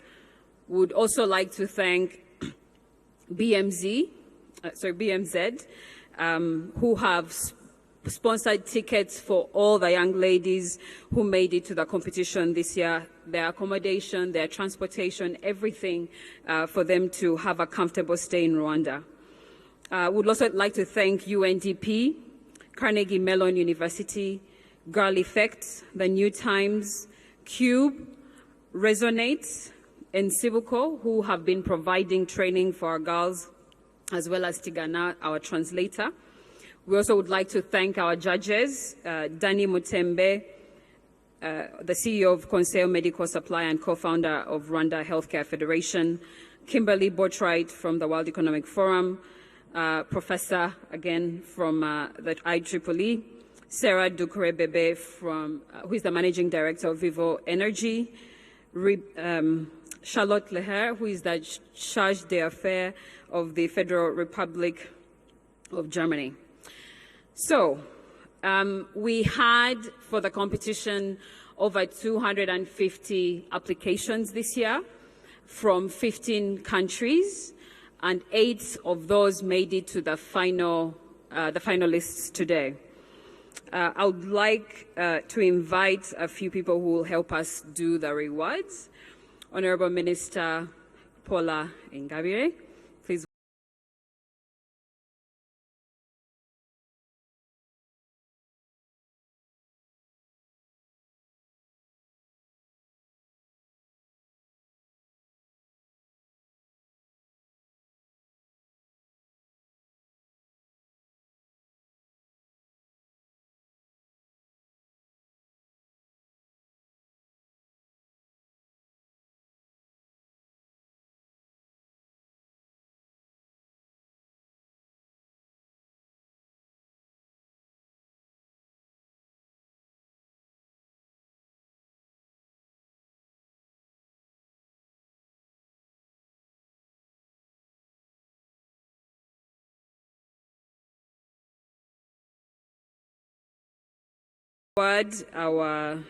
Starting with the first 7 finalists, and in no particular order.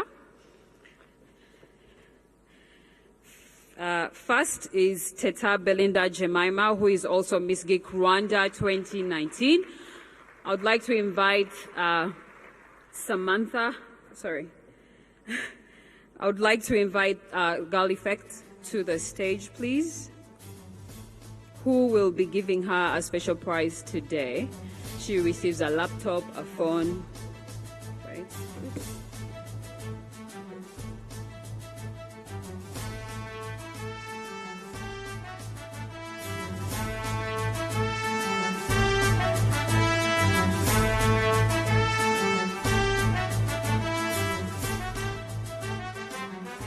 Where's the check?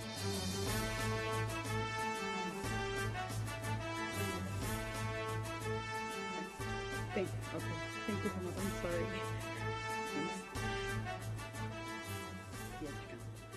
Next up is Asuma Redempta Manzi Muneza, also from Rwanda.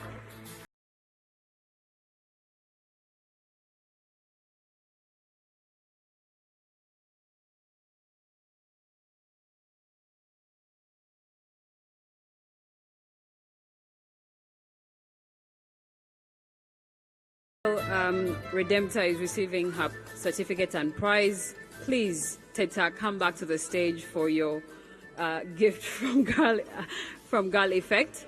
Teta designed an application to help farmers improve productivity by having exact weather data. Redempta designed a solution, at least that she hopes will help us to find our lost identification of valuable documents without much hassle. Those who have lost your IDs, you know how difficult it is. Congratulations again, Teta. Next is Menata Tiam, I can't say the name, from Mauritania. She designed an application that she hopes will be able to help get rid of fake medicine in Mauritania.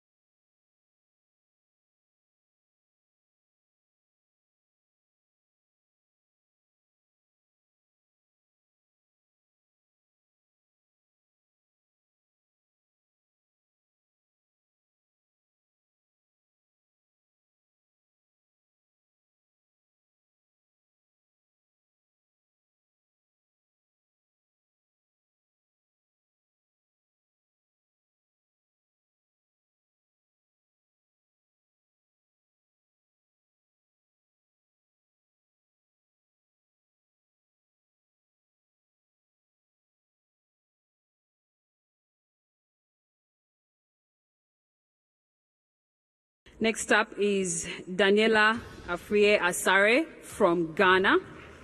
She wants to make sure that blind people and other disabled Africans are included in Africa's digital transformation.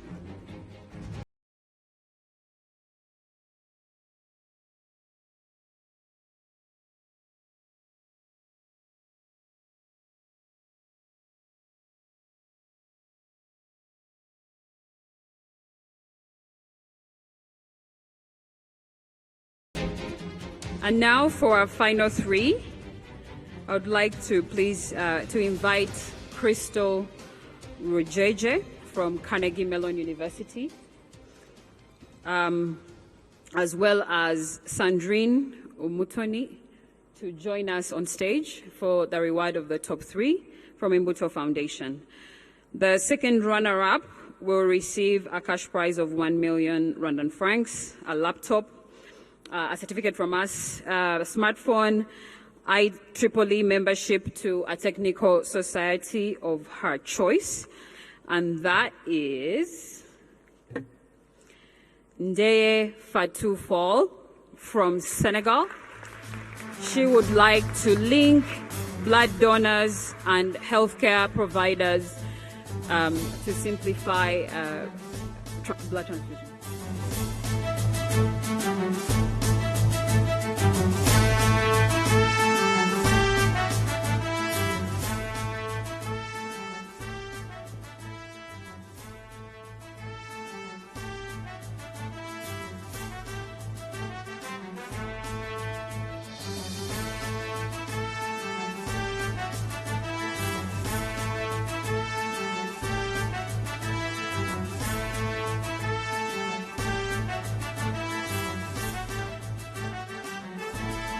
A round of applause for Fatu.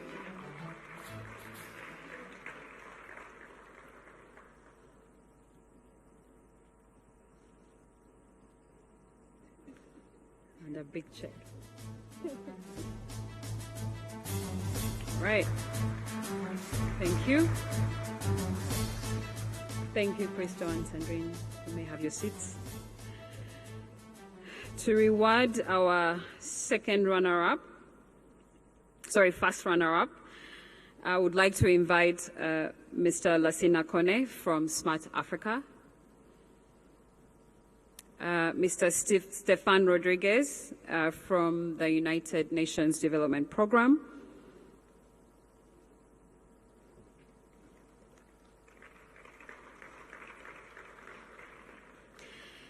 all right, who will be Miss Geek Africa? So our first runner-up is Gladys Wairimu from Kenya.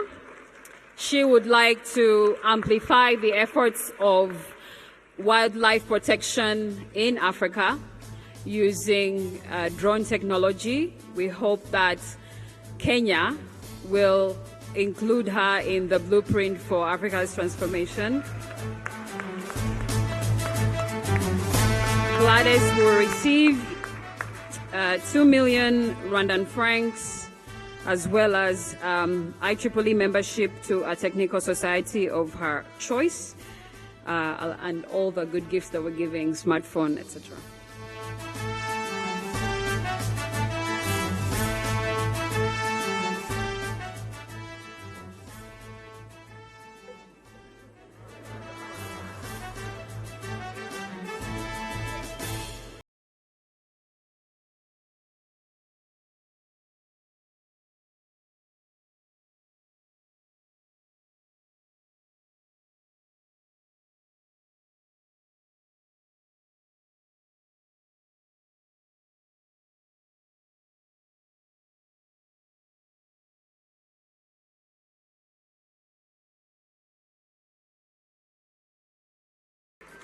And thank you, Stefan and Lassina. Thank you. And the moment we've all been waiting for. Well, please stand on your feet and welcome Josephine Uwasendeze from the Democratic Republic of DRC.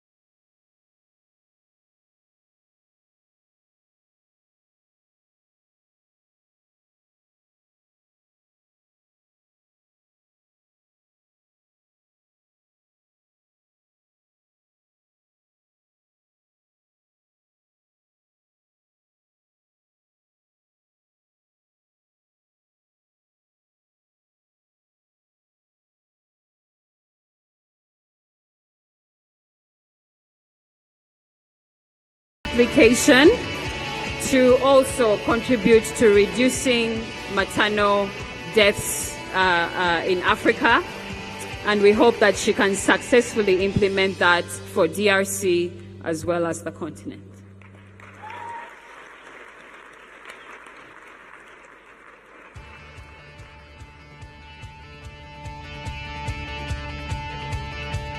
I would like to invite all the ladies, the finalists to the stage so we can take the pictures.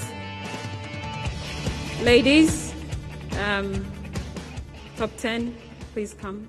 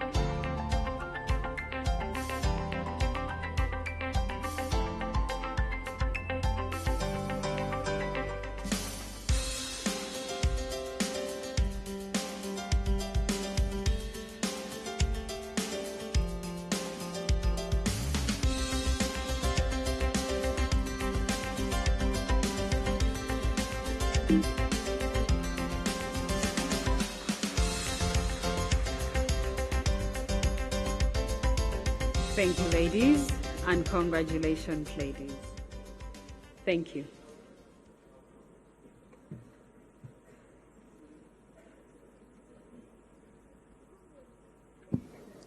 Thank you very much, Lucy. Please help me in congratulating those ladies as they exit the stage.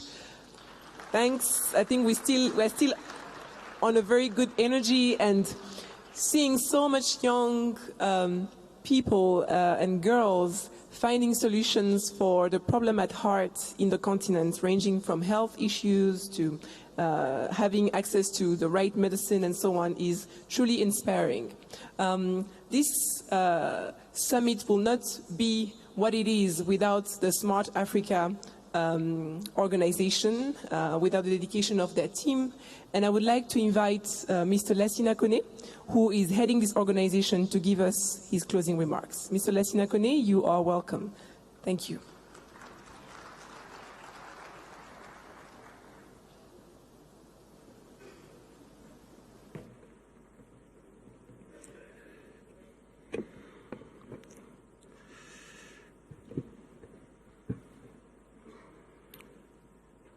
Honorable ministers, leaders of international organizations, business leaders, distinguished delegates, ladies and gentlemen, it's my great pleasure to stand before you at the end of the 3 exceptional days here in Kigali. I would like to thank you all here for making this summit a success. The quality of the conversation and interaction was simply beyond measures. I would like to share with you the key highlight of 2019 Transform Africa Summit edition.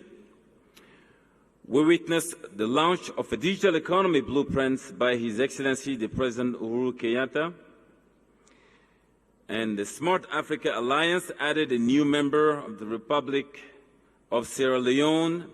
This has grown the alliance to 24 members.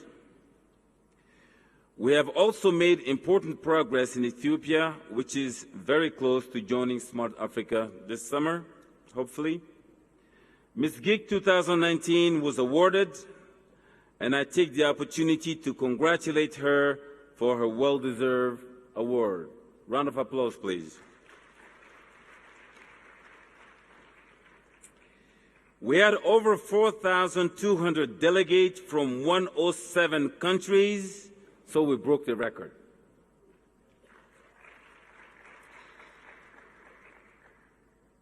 From 107 countries present during the last 3 days, with 26% of women. We had more than 35 sessions covering important topics, ranging from Pan-African integration, investments, innovation and entrepreneurship, intra-Africa connectivity, digital healthcare, and digital ID, just to name a few. We also witnessed the signature of important collaboration agreements with key stakeholders such as Federal Ministry of Economics, Cooperation and Development of Germany, the Commercial International Bank of Egypt, and OMIDR, just to name few. Ending this summit on high notes for Smart Africa, it is critical to talk about the importance of gender inclusion in the digital revolution. We believe that now is the time to take a stand, to close gaps, to remove obstacles, to invest in women and girls.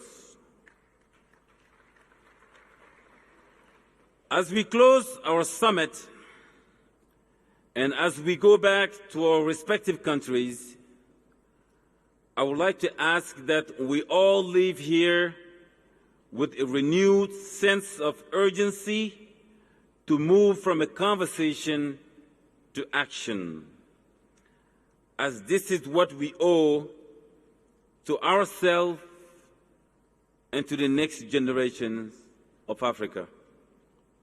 So let's make it happen.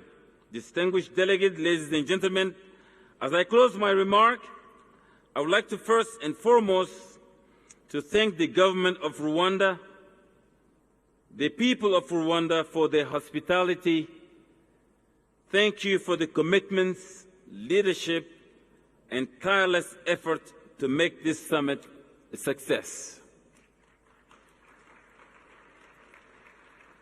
I would also like to recognize all the speakers for gracing this event and sharing with us their insights and opinion.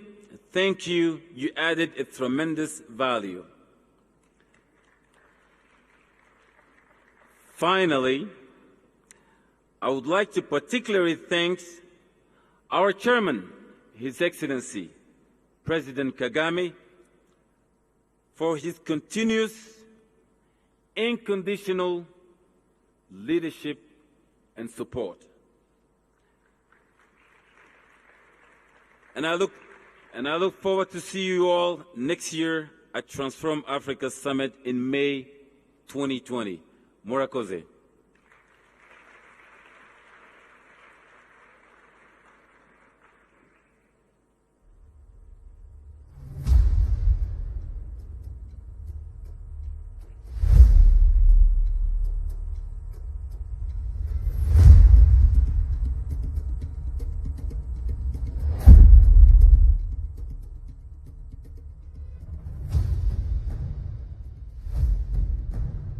Distinguished guests, Smart Africa thanks you for attending this year's Transform Africa Summit.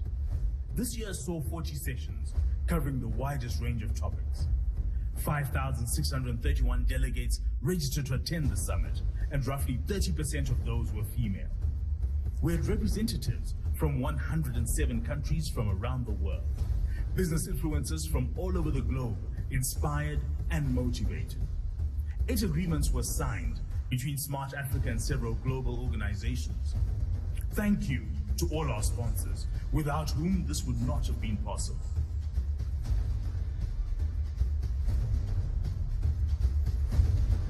We look forward to seeing you next year at the Transform Africa Summit 2020 in Guinea.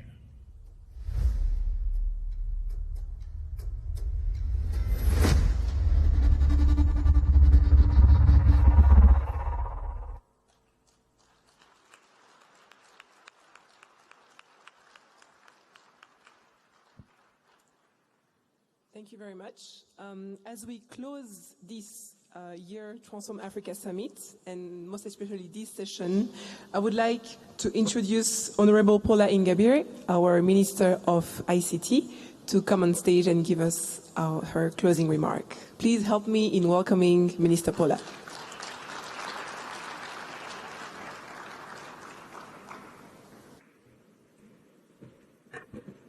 Thank you. I think if you're in this room, you know that between the Director General and the video, the vote of thanks has already been given, unless if you want to hear it in a woman's voice.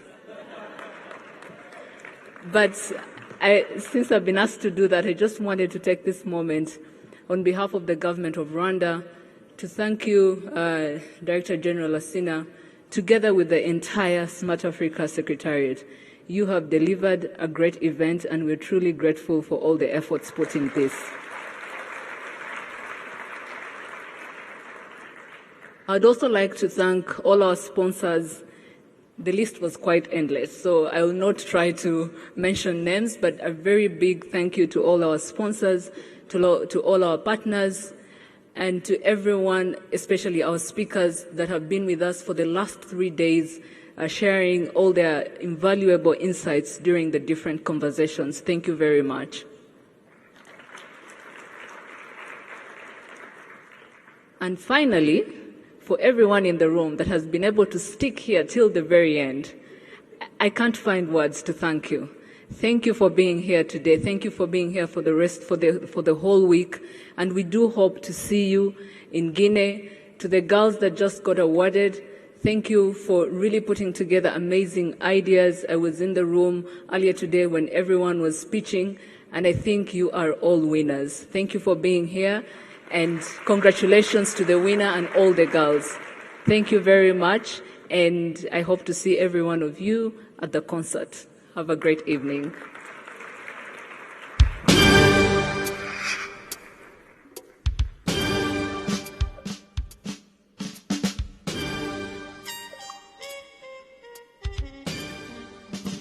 Hello, thank you very much. So we are coming to the end of this session. Don't leave the convention center. Stay with us as we dance together this evening with Nameless from Kenya, from Burundi, as well as Bruce Melody from nk'uko mukomeje gukurikira televiziyo y'u Rwanda, Transform Africa ku nshuro yayo ya gatanu ikaba rero imaze iminsi 3 iberano mu Rwanda, ariko ku munsi w'ejo akaba hari irushanwa rya golf ku bakunzi ba golf, rero rikaba naryo rizaba nabyo ni kimwe mu bikorwa bizasoza Transform Africa 2019 rero isoje bavuga ko iyo umwaka utaha mu mwaka wa 2020 izabera mu gihugu cya Guinea. Ngira ngo rero nk'uko munabyumvise, Ethiopia nayo ikaba yarasabye ko izaba umunyamuryango wa Transform Africa. Ubwo nuvuga ngo bitarenze mu mwaka bizaba imaze kwemezwa, cyangwa se izaba imaze nayo kwemeza ko igiye kuba umunyamuryango, ikaza yiyongera kuri Sierra Leone nayo yamaze kwemeza ko ibaye umunyamuryango wa 24 wa Transform Africa, iri kugenda yagura imipaka yayo. Ibyo ni bimwe mu bikorwa by'ingenzi byaranze Transform Africa ibaye ku nshuro yayo ya gatanu hano mu Rwanda. Byabimbwe rero na blueprint yashyizweho umukono na Perezida wa Kenya Uhuru Kenyatta. Nanone nyuma yaho habaho ko hari ibikorwa bindi by'ingenzi byabaye. Ngira ngo abakurikiye rero Transform Africa benshi bishimiye kubona Sophia nka robot ya mbere ku isi ifite ubwene gihugu, ndetse ikaba yaraje muri ino nama bwa mbere. Ikaba rero mu kanya kashize yagiranye ikiganiro na Ministry w'ikona buhanga. Ngira ngo rero nk'uko byari byitezwe mu ntangiriro z'inama Transform Africa yagomba kwitabirwa n'abantu basaga 4,000, ariko nk'uko bitangajwe n'umuyobozi wa Smart Africa, abantu basaga 4,200 nibo bamaze kwitabira cyangwa se bitabiriye ino nama ku nshuro ya gatanu. Umubare munini umaze kubaho kuva ino nama ya Transform Africa yatangira mu mwaka wa 2013. Abantu bayitabiriye bakaba batutse mu bihugu 107. Ni kigaragaza ko umunsi ku wundi cyangwa se umwaka uko ugenda utaha niko Transform Africa narushaho kuyibonamo ikize, cyangwa se kubasha kumenya neza icyo igamije ndetse n'intego yayo. Nanone mu byakozwe hari amasignature menshi cyangwa se imikono yashizweho ku masezerano y'ubufatanye hagati ya Smart Africa ndetse n'indi miryango itandukanye, ariko by'umwihariko ifite aho ihuriye n'ikorana buhanga. Nanone nago twabura kuvuga ko mu kanya gatoya hamaze guhembwa umukobwa uhiga abandi mu ikoranabuhanga, akaba aturuka mu gihugu gihugu cya Repubulika ya Demokarasi ya Kongo. Ni Miss Gig Africa nayo ikaba iba buri mwaka, ikaba rero itegurirwa hano mu Rwanda, by'umwihariko bakaba rero uwa mbere bamuhaye igihembo cya miliyoni 3 y'amafaranga y'u Rwanda, bamuha mudasobwa, bamuha nanone na telefone y'ubwoko bwa smartphone, ndetse bamwemerera na scholarship zamufasha kugira ngo yagure ubumenyi bwe mu bijyanye by'umwihariko n'ikoranabuhanga. Wa kabiri nawe akaba yahawe